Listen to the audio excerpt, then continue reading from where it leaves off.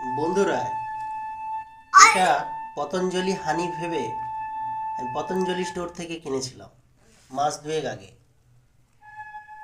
কিন্তু হঠাৎ করে দেখা যায় এর কালারটা দেখুন ভালো করে। এর কালারটা এরকম হয়ে গেছে, ঘিয়ের মতো জমে গেছে। অ্যাকচুয়ালি এটা যদি মধু হয় তাহলে মধু কি কখনো জমে? আর এর রংটাই বা এরকম হয়ে যায় কেন? এই ব্যাপারটা কি আমার মাথায় ঢুকছে না। এটা আপনারা একটু কমেন্ট করে জানান। এটা কি?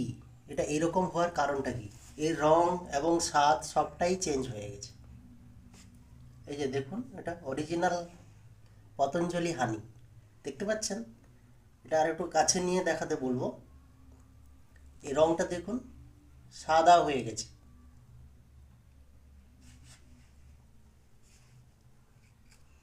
এটা কিন্তু এই যে লেখা আছে পতঞ্জলি হানি, এর রং এবং এর স্বাদ দুটোই কিন্তু চেঞ্জ হয়ে গেছে। এই ব্যাপারে আমি জানতে চাইছি বিশেষজ্ঞদের মতামত।